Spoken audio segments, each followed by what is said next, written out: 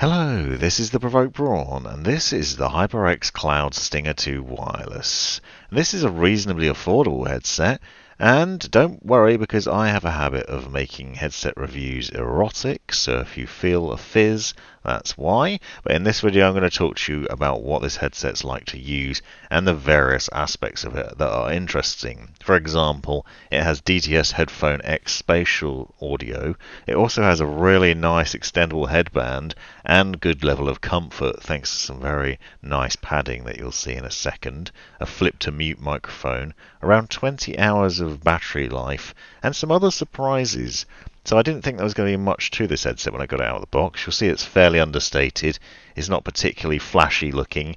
It doesn't offer much in their box either. You basically have the headset itself, a small charging cable, the dongle, and a windshield, and that's about it. You've got a simple volume wheel on one side and a power button on the other. There's no Bluetooth connectivity. There's no 3.5mm connection. But you do have removable ear cushions, and you can see some reasonable drivers on the underside. And actually, what I will say immediately is that those drivers are surprisingly loud as well, so they're actually very capable.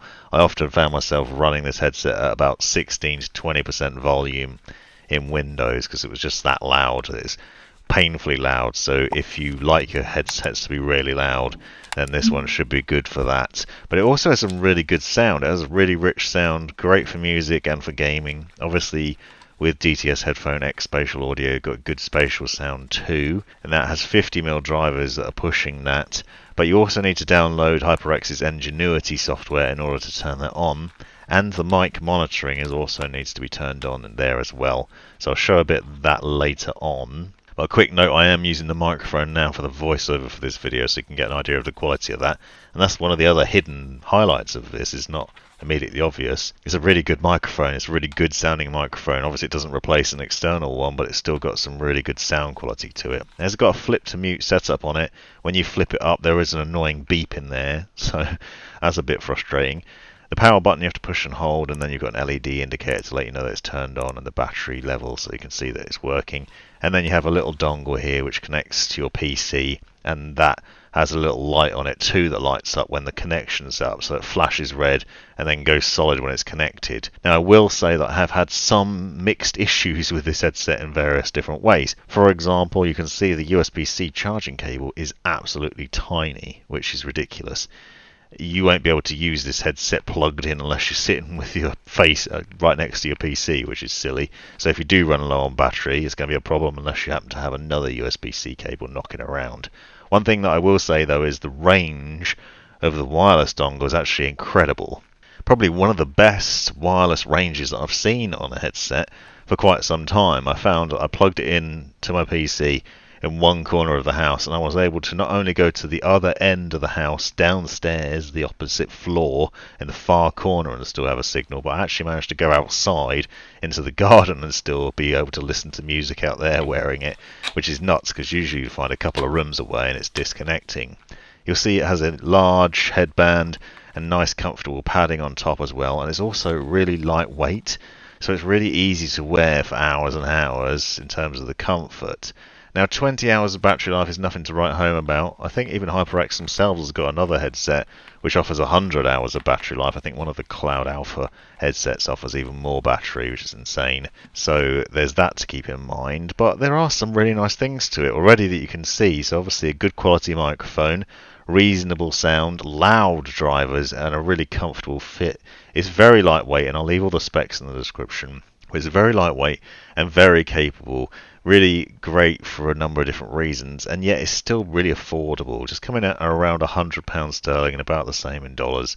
So you're getting a really good setup for your money here if you're gaming on PC. And you can see that the headbands are nice and extendable, and those ear cups also turn in and tip up and down quite easily as well, so it's really easy to adjust to a position over your ears with ease. And I also found that those are nice large ear cups too, so they fit over my ears really nicely. Now they're not particularly deep, but I also didn't find I was finding pressure from the drivers on my ears either, so they're plenty spacious enough. And you can see just how big you can make that headband go as well. So there's loads of different highlights there. Now one downside that I will say is that I have found that one computer in my house does have problems with it. I think that I've got an issue with wireless drivers where if you have multiple wireless devices running 2.4 gigahertz, so for example, keyboard, mouse, and headset all running at the same time, this headset has some problems with connectivity where the connection seems to drop. However, I've tested it on other machines where it's not the case, so it does seem a bit random and sporadic, but I'd be remiss if I didn't mention it as a cursory thing that you might have some issues. So make sure you download the Ingenuity software and get those firmware updates, because that might well help. And just consider the state of how many dongles you've got plugged into your PC as well. But you'll see, for the most part, I'm giving it a very positive review for a very comfortable headset that's easy to wear. Now, you do get quite warm ears. It hasn't got mega amounts of passive noise cancellation. There's no active noise cancellation, but you do have faux leather ear cushions, and they are really easily to adjustable, so they do cover the ear pretty nicely, and you do get some good sound out of them. So here we are within HyperX's Ingenuity software. Now, I'd recommend downloading this on PC. It's available from the Microsoft Store. It's a free download, but it'll ensure that you can get the firmware updates that you need, but also that you can tweak other settings. Now, as you'll see, it's fairly understated in a number of ways. It just has a few basic things that you can adjust in terms of adjusting the volume, the mic volume, turning that off, turning on mic monitoring, turning on DTS, spatial surround sound, equalizer settings, and other things. You'll see there's a battery gauge at the top, as well as the ability to change how long it is before the battery goes to sleep, so before the headset turns off into sleep mode, which will be useful for saving battery if you need to. Quick few notes. So mic monitoring isn't on as standard. Now, mic monitoring, you turn that on, then you can hear yourself through the microphone. It's pretty important because you get some reasonable passive noise cancellation from the ear cups. Not perfect, but some level. So if you find you like to hear your voice when you're talking to your friends, then it's worth turning on. That said, I've noticed a few things. When it's turned on, there is a noticeable white noise coming from the drivers, so you can hear a constant hiss. It's quite quiet, but it's definitely there. If you're in a silent environment, so let's just say like right now where I'm just talking to you and I'm not doing anything else, I could really hear it. If I was listening to music or playing games, I probably wouldn't notice it, but it's just definitely there. I don't know if it's picking up fan noise or environmental noise, or it's just feedback from the microphone, but it's just constant. And once you notice it, it's probably annoying, so I'm really sorry if you haven't noticed it before and you're suddenly noticing it. But that's worth bearing in mind. The other thing I found is that mic monitoring seems to turn itself off as well, so I found that I've had to launch Ingenuity to turn it back on again, which is obviously going to be a pain if you have to keep doing that. It may vary from system to system. As I've said, one of my PCs has had problems with this headset, others have been fine, so it varies, but I think it's worth noting. If you like mic monitoring, you might find you have to turn it on, but you have to download this software in order to do it.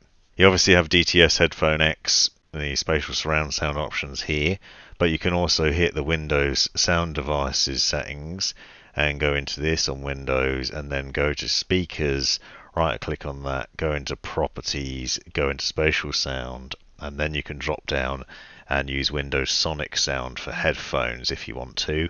And if you have a Dolby Atmos license, you could also try Dolby Atmos on here as well, so you have some flexibility in that. You will see on the Advanced tab it's set to 16-bit 48,000 Hz sample rate, so that's the maximum quality you'll get out of it, but otherwise it's doing a decent job of capturing the audio. Now, there is an equalizer setting here as well that you can turn equalizers on, but you'll notice that there's no setup there. There's no game, music, or movie settings as standard.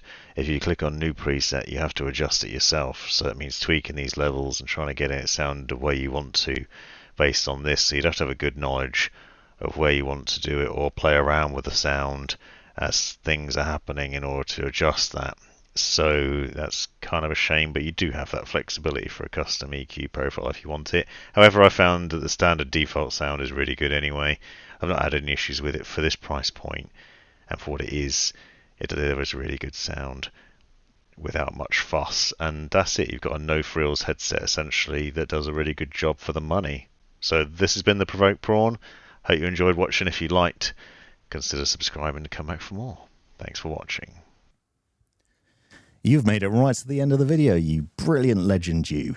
If you've enjoyed it, click that subscribe button, give me a thumbs up, and drop me a comment down below if you've got any questions. If you really enjoyed it, consider joining the channel and see the benefits of doing so. Check out these other videos. You might well find them interesting or useful. And most importantly, have a great life.